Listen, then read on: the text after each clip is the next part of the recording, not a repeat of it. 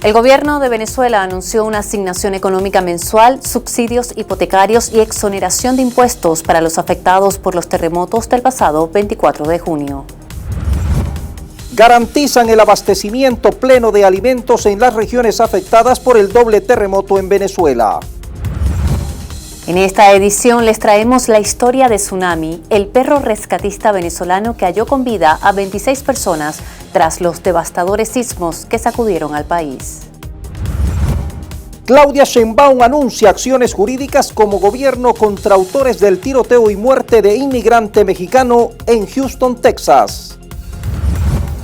Estados Unidos retomó los ataques contra Irán, rompió la tregua y asegura que no habrá negociación.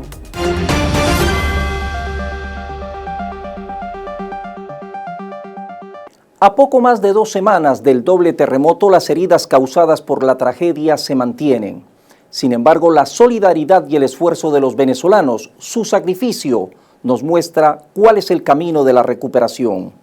Aquí las noticias. Bienvenidos, Melanie. Así damos inicio a esta dinámica global. Comenzamos. El gobierno de Venezuela anunció una asignación económica mensual durante 6 meses para quienes resultaron afectados por los sismos del pasado 24 de junio. Además, activó la cartera hipotecaria de la banca pública y privada con un subsidio que puede llegar hasta el 80% y exoneran los impuestos vinculados a registros de alquileres y compra de inmuebles para facilitar la recuperación de las familias. También lo más importante, la atención inmediata de nuestras personas, de las personas, que lamentablemente están llevando un dolor muy profundo por pérdida de familiares, pérdidas materiales, pérdidas de vivienda. Allí hemos establecido también que el programa de financiamiento se establezca para inmediatamente una asignación mensual durante los próximos 6 meses que permita una contingencia de ingresos permanentes a estas personas más afectadas. Igualmente ya hemos establecido contacto tanto con la banca pública y privada para activar la cartera hipotecaria con un hasta 80% de subsidio. En el caso de viviendas que necesitan ser reparadas, se ha activado este fondo de financiamiento a través de la banca para la compra también, para la reparación. De igual manera, todas las tasas, impuestos que tienen que ver con registros de alquileres, de compra de inmuebles, van a estar exonerados. La mandataria encargada también informó que el fondo de $200 millones anunciado el pasado 25 de junio llevará por nombre Venezuela Renace. Este fondo, que se creará con recursos bloqueados en el Fondo Monetario Internacional y en otros entes financieros, estará destinado a la reconstrucción y recuperación de las zonas devastadas por los sismos, además de la atención inmediata de las personas afectadas. Aquí es muy importante insistir que cesen las sanciones contra Venezuela, que podamos acceder con libre capacidad a los recursos del país justamente para este proceso de recuperación. El gobierno nacional garantiza el abastecimiento pleno de alimentos en las regiones afectadas por el doble sismo, informó el 7 de julio el ministro para la Alimentación, Carlos Leal Tellería. Desde un centro de acopio general en La Guaira, Leal Tellería y el gobernador Alejandro Terán constataron una reserva rotativa de más de 4.500 toneladas de alimentos almacenados entre víveres, cereales, proteína animal, frutas, verdura y hortalizas. Anunció que se han distribuido 650.000 litros de agua potable a la población afectada y hay 1 millón de litros almacenados, lo que garantiza una reserva de varios meses para un abastecimiento oportuno, continuo e ininterrumpido, especialmente para los campamentos transitorios y la población en general. Leal Tellería destacó el esfuerzo de la presidenta Delcy Rodríguez para lograr una distribución eficiente y aseguró que las familias de La Guaira, Caracas, Miranda, Yaracuy y los demás estados afectados pueden tener la certeza de que la alimentación está plenamente garantizada. Venezuela ya comenzó la fase de recuperación tras los devastadores terremotos que sacudieron al país. Para acelerar ese proceso, las autoridades prohibieron la exportación de materiales de construcción y anunciaron la creación de una gran misión que centralizará todos los esfuerzos de reconstrucción de viviendas e infraestructura. He decretado Igualmente, la prohibición de exportar materiales que tienen que ver con la construcción. Entra Venezuela en un proceso de recuperación de infraestructura, de recuperación de vivienda. Ahí está activamente la Comisión Presidencial que está verificando vivienda por vivienda si el lugar es habitable o no. Y he decidido crear la gran misión Venezuela Renace, donde se comprenderá las misiones Barrio Nuevo, Barrio Tricolor, se subsume también Juntos Todo es Posible y Venezuela Bella, como un gran brazo ejecutor en materia de recuperación de vivienda, de infraestructura, que esté al servicio de todo este proceso. El gobierno de Venezuela ha solicitado la liberación de los activos que permanecen bloqueados en el extranjero con el fin de financiar la reconstrucción de las zonas devastadas por los terremotos. La petición fue trasladada el 8 de julio por el canciller Iván Gil por videoconferencia con responsables de la Oficina de Coordinación de Asuntos Humanitarios de la ONU. Gil destacó que las sanciones internacionales mantienen congelados recursos imprescindibles para hacer frente a la recuperación del país.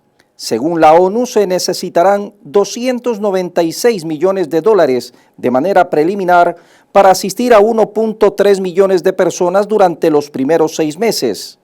De otro lado, más de un centenar de economistas y académicos han reclamado a Estados Unidos que levante las sanciones económicas impuestas a Venezuela. En paralelo, solicitan al Fondo Monetario Internacional que permita al país acceder a sus mecanismos de financiación y utilizar cerca de 5.000 millones de dólares en derechos especiales de giro, activos de reserva que podrían destinarse a la reconstrucción de manera inmediata. En medio de la tragedia que vive la nación, el gobierno de Venezuela alertó que hay grupos intentando aprovechar el dolor nacional para generar desestabilización y atacar la institucionalidad. Y frente a esos señalamientos, descarta que en el país ocurra un estallido social.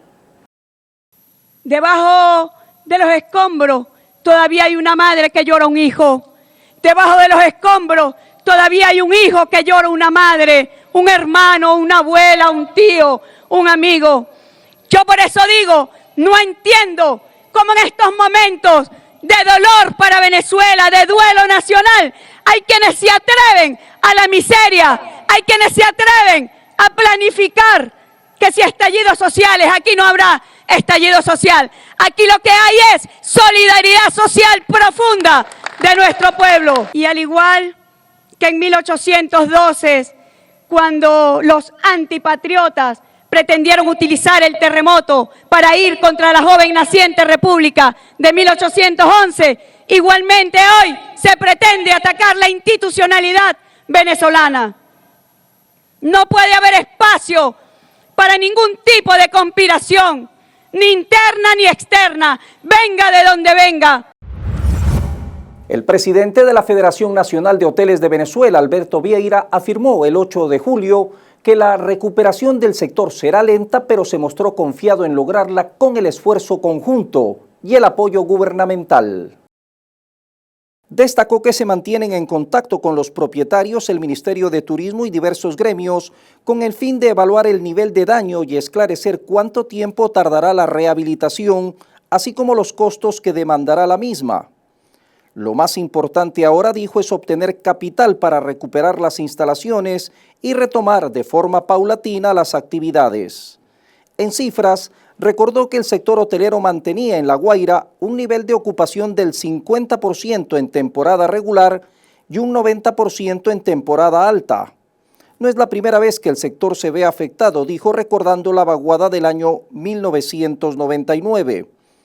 Al momento, acotó, se evalúan los mecanismos a implementar tanto con la banca como el sector de seguros, a fin de dar acompañamiento a todo afiliado y prestador de servicio que mantenía actividades comerciales. El envío de ayuda humanitaria desde Panamá a Venezuela desató polémica. El propio alcalde panameño reveló que colocó dispositivos de rastreo en las donaciones, generando sospechas de un supuesto desvío que rápidamente se convirtió en noticia y que fue desmentido por el gobierno venezolano. Aquí está tu donación en Venezuela. Yo le puse AirTags. Panamá se conmovió y se solidarizó con su hermano de Venezuela. Entonces lo mínimo que yo podía hacer era garantizar a todos ustedes, con un poquito de tecnología, de que efectivamente sus donaciones han llegado a Venezuela. Así informaba el alcalde de Panamá la colocación de rastreadores en la ayuda enviada a Venezuela. 4 días después, publicó otro video mostrando que uno de esos dispositivos apareció en Maturín, estado Monagas, a más de 500 kilómetros de La Guaira, sin dar más detalles. La publicación bastó para instalar la sospecha de un supuesto desvío por parte del gobierno venezolano. Ante la denuncia, la Dirección General de Contrainteligencia Militar se trasladó a Maturín y verificó que la ayuda sí había sido entregada en La Guaira a una afectada por los terremotos, quien luego se trasladó con las cajas de comida y aseo personal hasta el oriente del país, a casa de sus familiares. Mira, mi hermana vino damnificada, gracias a que la tenemos viva, ella, la niña, la nana. Y ella le dio una cajita con toallitas, y en esas toallitas viene un GPS. Ante esta situación, el gobierno venezolano rechazó las denuncias, las cuales calificó como parte de una campaña de agresiones y noticias falsas contra el país. Nosotros rechazamos las vulgares, miserables declaraciones del alcalde de Panamá, que le puso un GPS a la ayuda humanitaria, que es miserable, ¿no? Es miserable, para chequear dónde está. Bueno, todo ladrón sueña que lo están robando. Ese caballero estuvo preso por peculado, estuvo preso denunciado por fraude.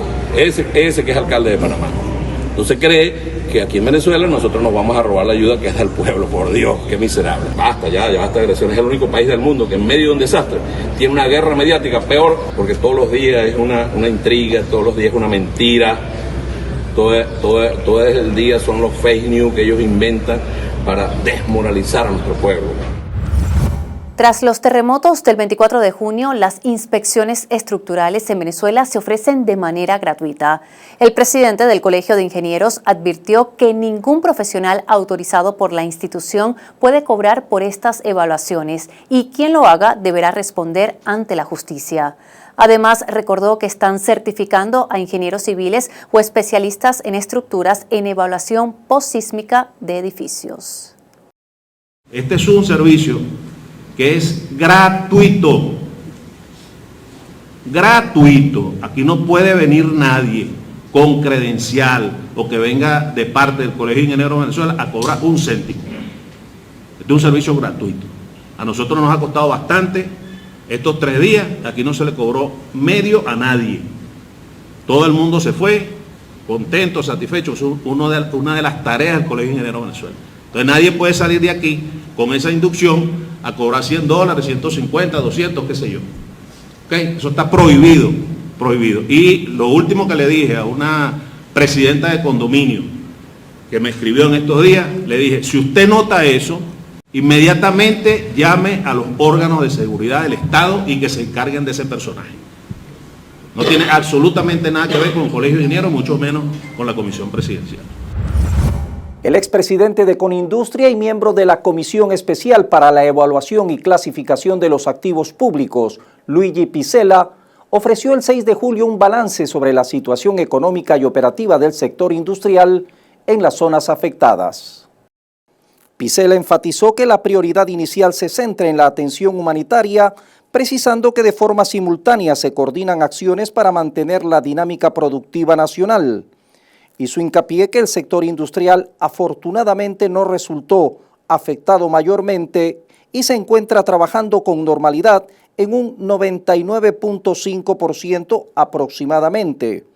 Acotó que de forma paralela, como parte de la reactivación, la economía debe continuar produciendo. Ratificó además el compromiso de la cadena de distribución con el mercado nacional para evitar la escasez de insumos críticos de primera necesidad.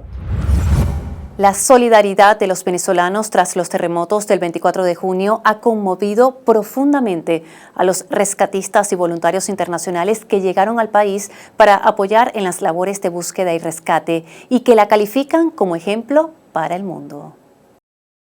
lo más bonito que tiene este pueblo es esa solidaridad.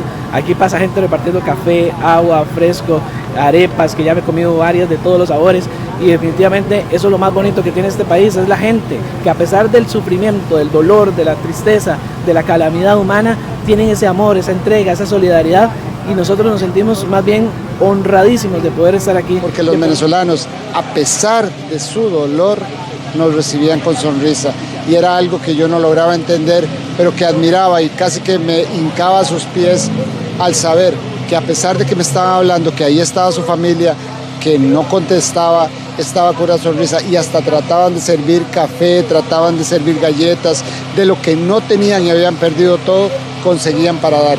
Esto es un ejemplo que yo invito al mundo entero que aprenda del pueblo venezolano, que lo imitemos. Si ustedes han sido tan pura vida en el peor momento, no imaginamos el trato en las mejores condiciones.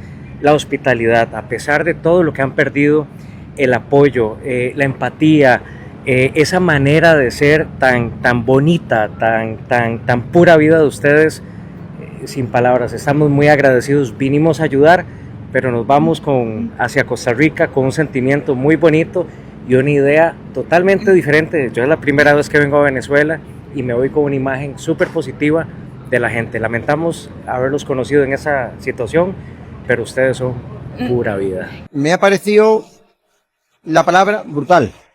Sois, o como queráis cogerlo, bueno de verdad, y de lo poco bueno que es.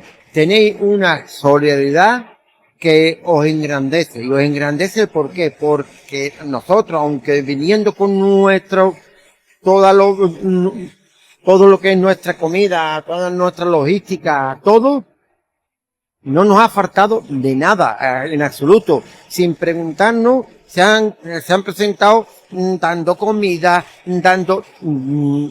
de hecho, yo creo que de la logística nuestra no hemos probado nada. Todos los días han venido y nos han traído alimentación, una sopa deliciosa que nos vienen trayendo todos los días. De lo contrario, ninguno de los que estamos aquí ayudando pudiese continuar con la búsqueda. Todos están aportando, el corazón del venezolano es increíble. Ninguno de ellos aquí perdió a alguien de su familia, pero todos se están colocando como si hubiera sido uno de los suyos.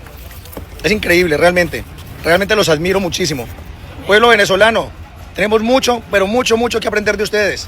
Esa capacidad de unión, esa capacidad de resiliencia. Que ante la desolación, ante el desastre, ante lo malo, también hay que saber identificar lo bueno y potenciarlo. Y nosotros como argentinos estamos súper agradecidos al calor del pueblo venezolano, al trato que nos están dando maravilloso, al abrazo, y que nosotros veníamos queriendo abrazarlos y ayudarlos, y al final recibimos el abrazo nosotros. Mientras Venezuela continúa recuperándose de los 2 terremotos, una red de atención y rescate animal en Caracas y La Guaira opera como un esfuerzo conjunto entre fundaciones, rescatistas independientes y entes oficiales para asistir a las mascotas afectadas. Se han implementado cerca de 40 centros de atención y acopio operativos, y se calcula que hasta el 7 de julio se han rescatado y brindado atención veterinaria a más de 600 animales de compañía solo en la zona de desastre. Los principales espacios para recibir atención veterinaria gratuita y donaciones incluyen las diversas sedes de la Misión Nevado, entre ellas la ubicada en Nuevo Circo, el CBI de San Bernardino, la Universidad Central de Venezuela y la Asociación Pro Defensa de los Animales, APROA, ubicado en Los Chaguaramos. De la atención desplegada, la Misión Nevada ha logrado mantener a más de 440 animales bajo resguardo y protección, principalmente en el estado La Guaira, mientras que otros cientos han recibido asistencia primaria ambulatoria. Tsunami es un perro rescatista venezolano que logró encontrar con vida a 26 personas atrapadas bajo los escombros en Caracas y La Guaira tras los dobles sismos que sacudieron al país. Hoy queremos contarles la historia de quien un día fue rescatado y ahora se dedica a rescatar a otros. Tsunami es un perro entrenado para buscar personas sepultadas bajo escombros y deslizamientos de tierra. Lleva 9 años en labores de búsqueda y rescate. Y después de los sismos del 24 de junio, logró localizar a 26 personas con vida. Pero su historia empieza mucho antes. Tsunami fue un perro maltratado y abandonado. Lo rescataron en 2017, lo entrenaron y terminó convirtiéndose en uno de los canes de búsqueda y rescate más efectivos del país. Su trayectoria incluye misiones en tragedias como Las Tejerías y El Castaño en 2022 y también fuera de Venezuela. En Turquía y Siria, tras los terremotos de 2023, ayudó a salvar vidas cuando ya casi no quedaba esperanza. Tsunami tuvo un reconocimiento bien particular en Turquía porque hacía localizaciones donde los equipos internacionales que tienen certificaciones no localizaban. Y gracias a eso se pudieron salvar vidas en ese país.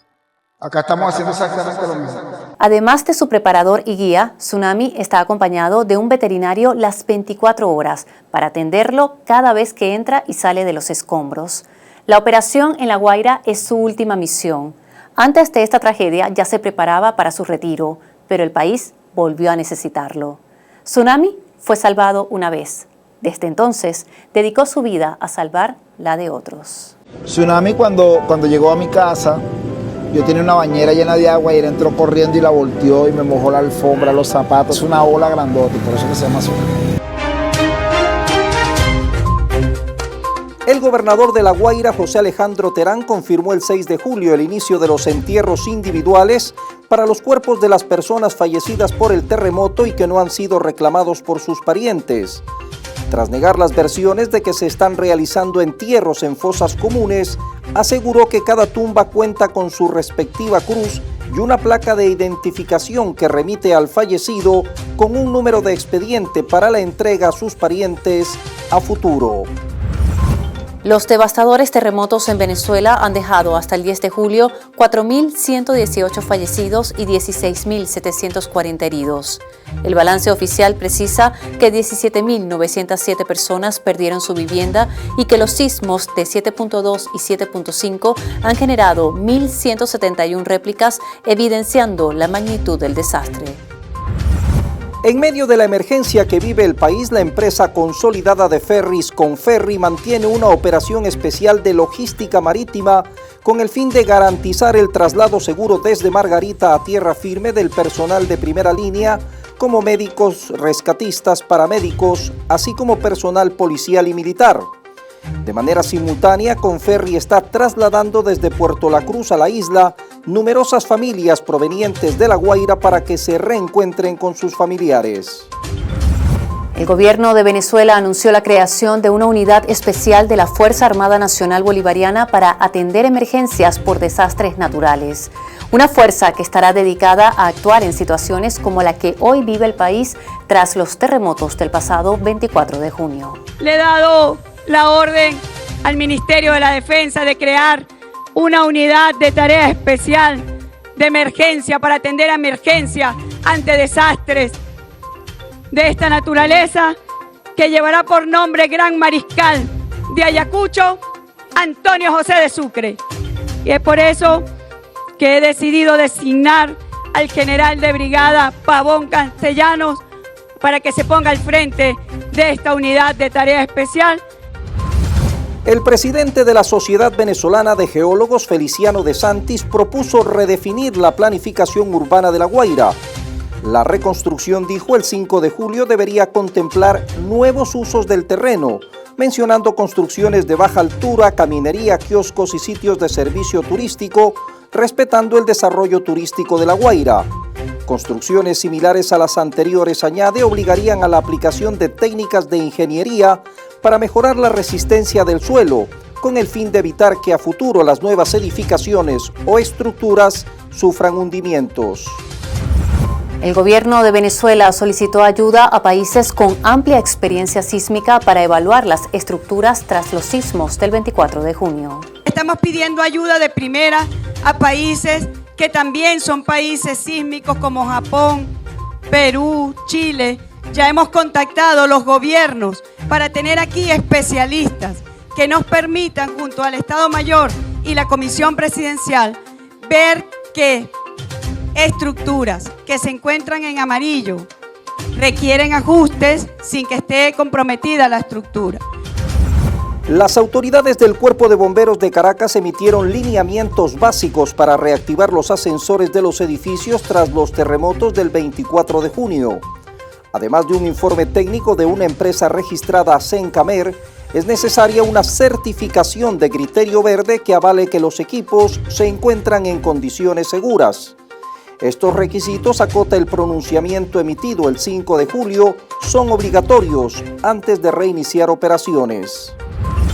Venezuela anunció una alianza internacional para recuperar el aeropuerto de Maiquetía, ubicado en La Guaira, después de los daños que dejó el doble terremoto del 24 de junio. Esta alianza servirá además para iniciar la rehabilitación de otros terminales aéreos del país. Durante un recorrido por la pista del Aeropuerto Internacional de Maiquetía, la presidenta encargada, Delcy Rodríguez, constató cómo avanzan los trabajos de recuperación.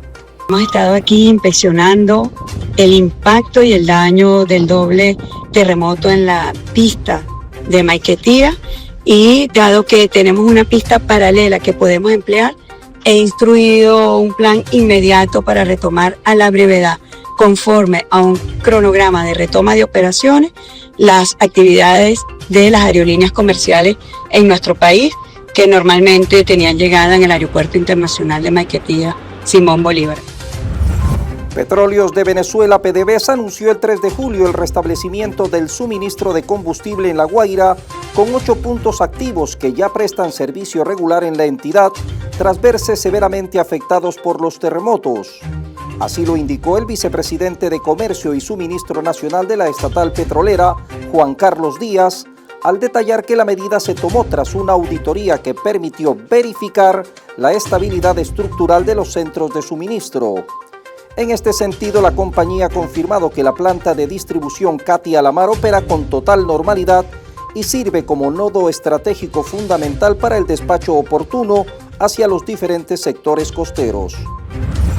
Los dos terremotos ocurridos el 24 de junio dejaron en La Guaira 1.250.000 toneladas de escombros. De esa cantidad, 900.000 corresponden a concreto y acero. Los datos fueron confirmados por el ministro de Obras Públicas, Juan José Ramírez, quien también indicó que más de 400 maquinarias han sido desplegadas en el litoral central para apoyar tanto las labores de rescate como las tareas de remoción de los escombros y el despeje de las vías.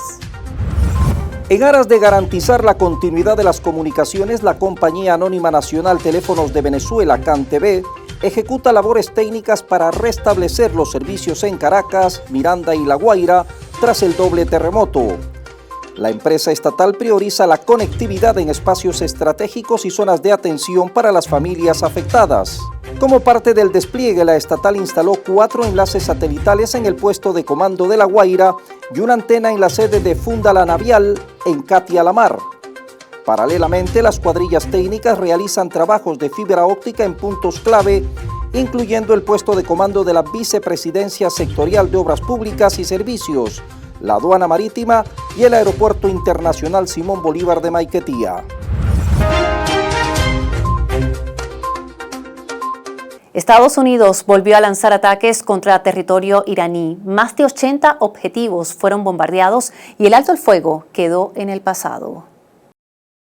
Washington informó el 7 de julio que la operación respondió a supuestos ataques iraníes contra buques comerciales que transitaban por el estrecho de Hormuz. Pero lanzaron un par de drones y un cohete, un misil, contra barcos que estaban en el estrecho, donde tienen todo el derecho a estar. Así que los golpeamos muy duro anoche, muy duro. Irán reaccionó con dureza y aseguró haber atacado más de 85 instalaciones militares estadounidenses en Bahrein, Qatar, Jordania y Kuwait. El 8 de julio, el presidente de Estados Unidos, Donald Trump, declaró que el alto el fuego con Irán ya no está vigente y que Washington no tiene intención de retomar el diálogo con la nación persa. Trump dijo que atacaron la joya petrolera de Irán en referencia a la isla de Hark y amenazó con tomar el control de la misma.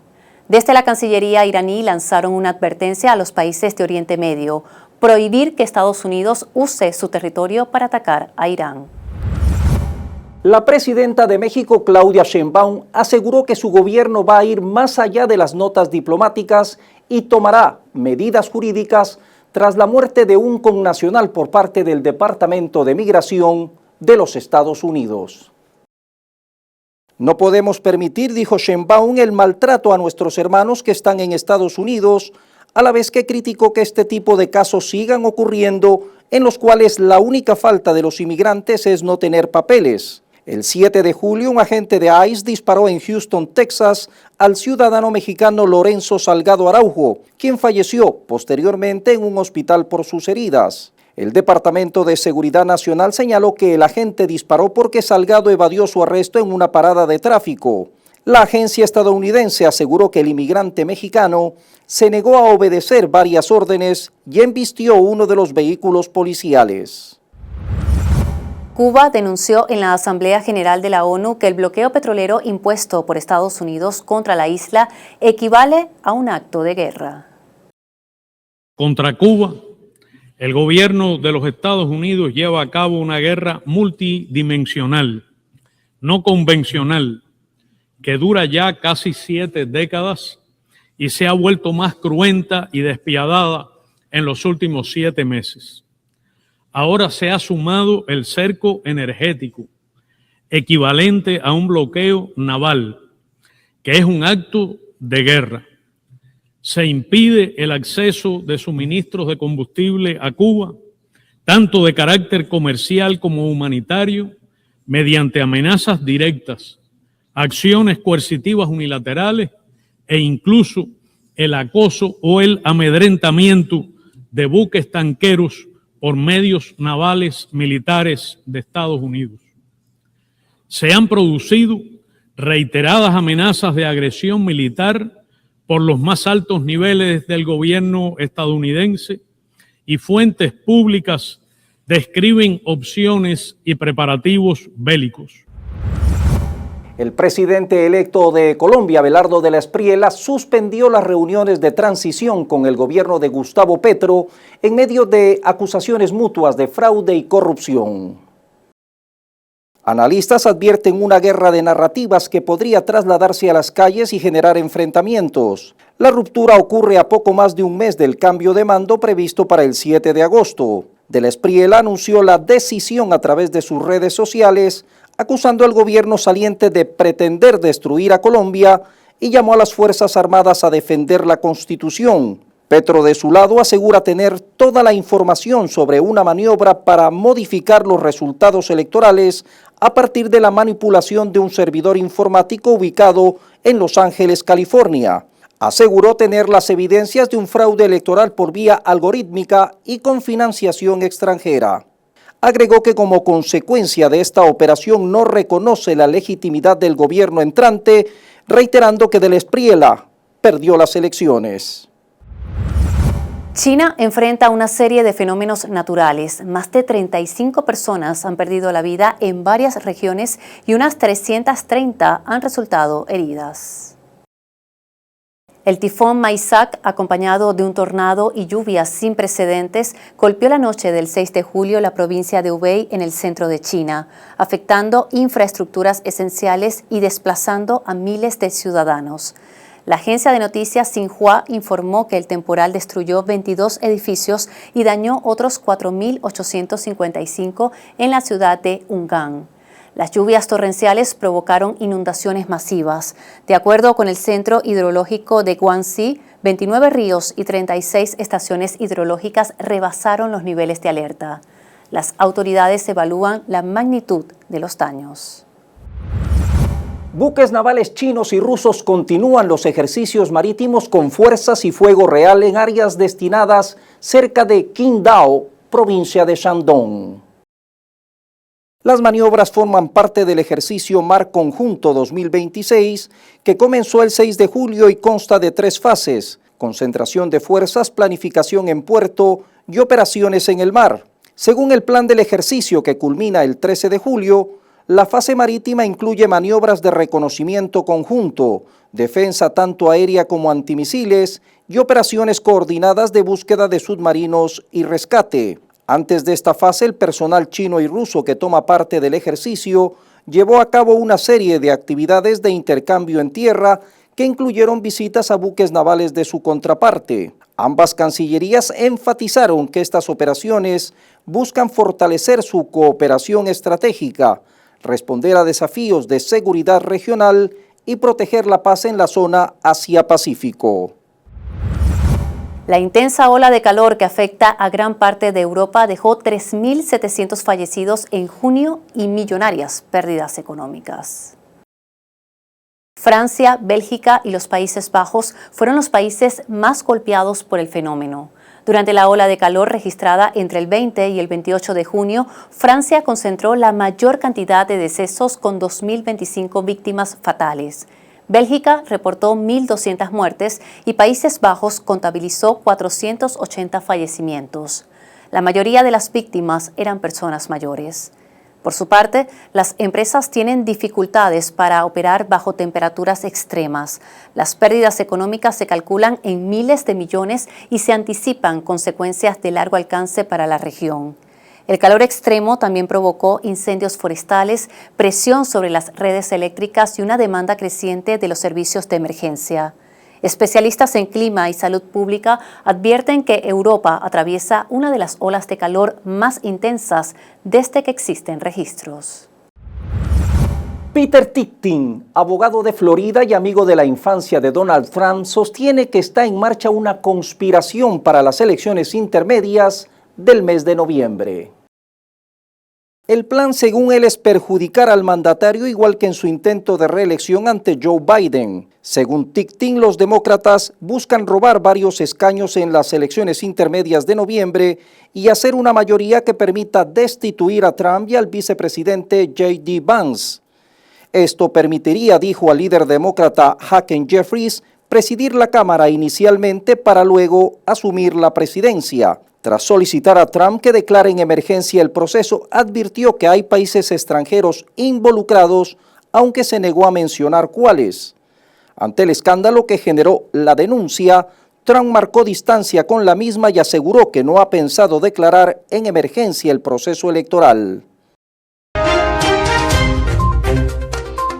Un informe de la Organización Internacional del Trabajo, OIT, reveló el 8 de julio que más de 435 millones de personas en el mundo carecen de un trabajo digno. Esto a pesar de que la tasa global de desempleo se sitúa en 4.9%, similar a niveles previos a las crisis recientes. La recuperación del empleo, destaca, no ha sido suficiente para mejorar la calidad del trabajo. La informalidad afecta al 58% de la población ocupada mundial, lo que limita el crecimiento de los salarios reales y restringe el acceso de millones de trabajadores a derechos laborales y protección social. La República Democrática del Congo reportó hasta el 9 de julio 600 fallecidos y 1.758 casos confirmados de ébola. Unos 750 pacientes permanecen aislados o bajo hospitalización, mientras la Organización Mundial de la Salud advierte que la expansión de la enfermedad continúa y su verdadera magnitud aún es desconocida. Las autoridades reconocen que el virus avanza más rápido que la capacidad de contención. El mandatario de Brasil, Luis Ignacio Lula da Silva, mantiene una ventaja de 5 puntos respecto al senador ultraderechista Flavio Bolsonaro de cara a las elecciones presidenciales de octubre próximo, señala una encuesta de Meio Ideia realizada entre el 3 y el 6 de julio. Según el sondeo, en un hipotético balotaje, Lula tendría el 45% de las intenciones de voto frente al 40% del candidato de derecha. La distancia entre los dos se mantiene prácticamente estable respecto a la encuesta anterior del 28 de mayo, cuando el presidente tenía el 46.5% y el senador un 41.5%. Keiko Fujimori fue proclamada oficialmente presidenta electa de Perú tras una segunda vuelta extremadamente ajustada. La candidata del partido Fuerza Popular obtuvo el 50.13% de los votos frente al 49.86% de su contendiente, el izquierdista Roberto Sánchez, una diferencia de menos de 50.000 votos. Con los resultados ya certificados, Fujimori asumirá la presidencia el 28 de julio para el periodo 2026-2031. La autoridad del Canal de Panamá se prepara para un fenómeno de El Niño fuerte, igual o peor que en el 2023, según su subadministradora, Ilya Espino de Marota. Modelos internacionales advierten hasta un 55% de déficit de lluvias en el segundo semestre, lo que obligaría a reducir los tránsitos diarios.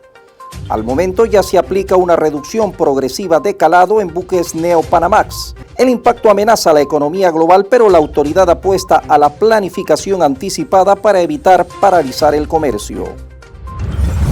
Millones de personas le dieron el último adiós al antiguo líder supremo de Irán, el ayatolá Seyed Ali Jamenei, en un histórico cortejo fúnebre en Teherán marcado por el dolor, la conmoción y fuertes muestras de unidad, lealtad y respeto. Los actos comenzaron el 3 de julio y concluyeron el 9, cuando fue enterrado en Mashhad, su ciudad natal.